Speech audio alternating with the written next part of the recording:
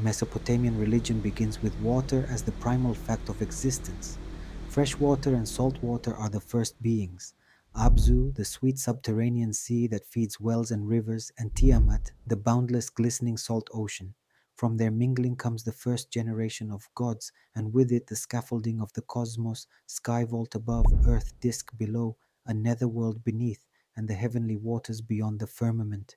Creation unfolds as an ordering of chaos rather than a single instant of divine fiat. Cosmic architecture emerges through conflict and craft. Primordial beings are subdued, dismembered, or repurposed into elements of the world. In this vision, the universe is a living body, assembled from divine matter and sustained by ritual renewal. Every festival, sacrifice, and hymn reaffirms the delicate balance between order and the chaos that forever threatens its unraveling. This cosmology grounds human identity and labor. Irrigation mirrors divine water management. Kingship echoes divine governance. Law codifies cosmic decree. The gods do not remain distant. They inhabit wind, grain, stars, and stone. To build a temple or inscribe a tablet is to stabilize the cosmos, to push back against the returning tide of primordial disorder. At the dawn of the divine family tree stand Abzu and Tiamat, whose union generates the seed of heaven and earth. Their offspring include Anshar and Kishar, the pair often glossed as sky stretch and earth spread, precursors to defined celestial and terrestrial realms. From them arise An, the high sky god, and Ki, later associated with Antu or identified with the earth goddess Ninhursag in some traditions, establishing the ever-present trope of Sky Father and Earth Mother. Anu's role centers on divine authority rather than a busy portfolio of cult and miracles. He legitimizes rulership among gods and kings, conferring heavenly mandate. Ki embodies the generative earth, receiving Anu's rain and yielding crops, animals, and humankind. This pairing frames the logic of fertility, sky's seed and earth's womb, a union ritually echoed each growing season and materially enforced through canal cutting, levee maintenance, and granary storage. With the birth of the Anunnaki, the ones who decree, the pantheon gains an executive branch. These gods hold fates, shape destinies, and adjudicate cosmic disputes. The fluidity of Mesopotamian tradition means functions overlap, titles shift, and local cults elevate or eclipse members of this cohort. The pattern is not contradiction, it is adaptive theology. Gods scale with cities, empires, and the changing needs of everyday life. Enlil, lord of wind, breath, and command, becomes the anchor between heaven and earth. His sanctuaries, the Ekuret Nipo chief among them, serve as cosmic hubs where the decree goes forth. Enlil embodies authority textured by benevolence, a father god whose holiness demands distance, yet whose decisions structure the world's rhythms. Floods, fates, and royal fortunes pass through his hands for good or ill. Enki, Akkadian Ea, god of fresh water, wisdom, craft, and trickery, rules the subterranean aquifers and the dream space of invention. He solves problems that brute force cannot, devising clever rites, boundary spells, and technical fixes. In some narratives, he neutralizes Abzu to safeguard the younger gods, descends to the sweet waters to govern their flow, and engineers humans from clay to shoulder divine labor. The same God who opens canals also opens loopholes. He is patron of artisans, scribes, and subtle diplomats. The relationship between Enlil and Enki creates a dual axis of power: decree and design, command and counsel. Civic life follows their model. Kings declare, administrators implement, priests invoke, craftsmen construct. The pantheon, like the city, thrives on division of labor, an ancient synergy between law and logistics, storm and stream, word and work. Marduk's rise charts Babylon's ascent from city to empire. Initially a minor deity, he absorbs roles and myths as political power expands, becoming slayer of Tiamat in the Babylonian creation epic and inheritor of the Tablet of Destinies. In this retooled cosmogony, the dragon's body forms the heavens and earth, and the rebel gods are organized into guilds under Marduk's leadership. The universe is reordered by victory and administration. Syncretism redefines pantheon maplines. Marduk does not erase Enlil or Enki. He recombines their functions to suit imperial centralization. Divine names, epithets, and star associations become a theological bureaucracy. Jupiter's brilliance marks Marduk in the sky. Processional ways and ziggurats manifest him on earth.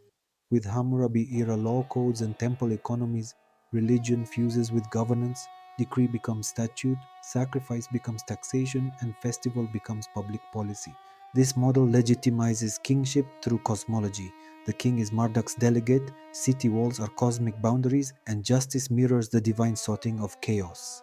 By aligning legal order with creation myth, Babylon frames law-breaking as anti-cosmic behavior, not merely criminality. The stakes of obedience are grand. Inanna, Akkadian Ishtar, governs love, war, justice, and prestige, a volatile, brilliant force whose favor empowers and whose ire destroys. She chooses a shepherd consort, Dumuzi, Akkadian Tammuz, over a farmer, inaugurating a cycle where his descent and return mark seasonal change. Mourning rituals and laments encode death and rebirth agrarian logic. Fields die, flocks thin, the world waits and weeps. Inanna's descent to the netherworld propels theology into raw territory, gates, judgments, stripping of regalia, and a demanded substitute upon return. Dumuzi becomes the scapegoat half year. The myth explains scarcity, ritualizes grief, and humanizes the cost of cosmic order. It also frames a core principle: exchanges must be paid, and balance for one realm extracts price from another.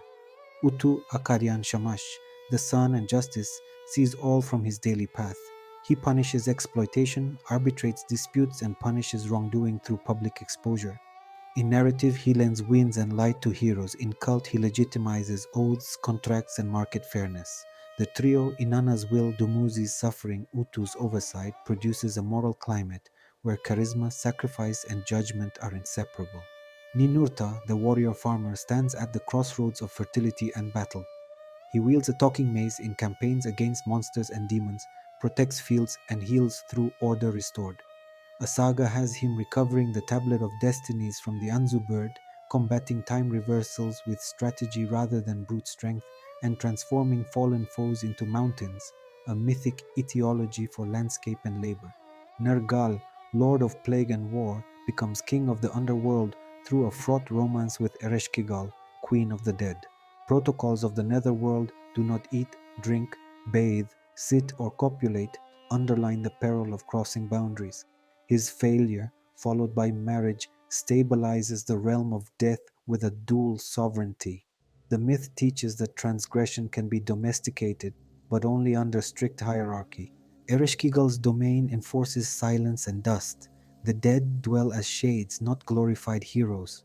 Grave goods matter, remembered names matter, proper rites matter.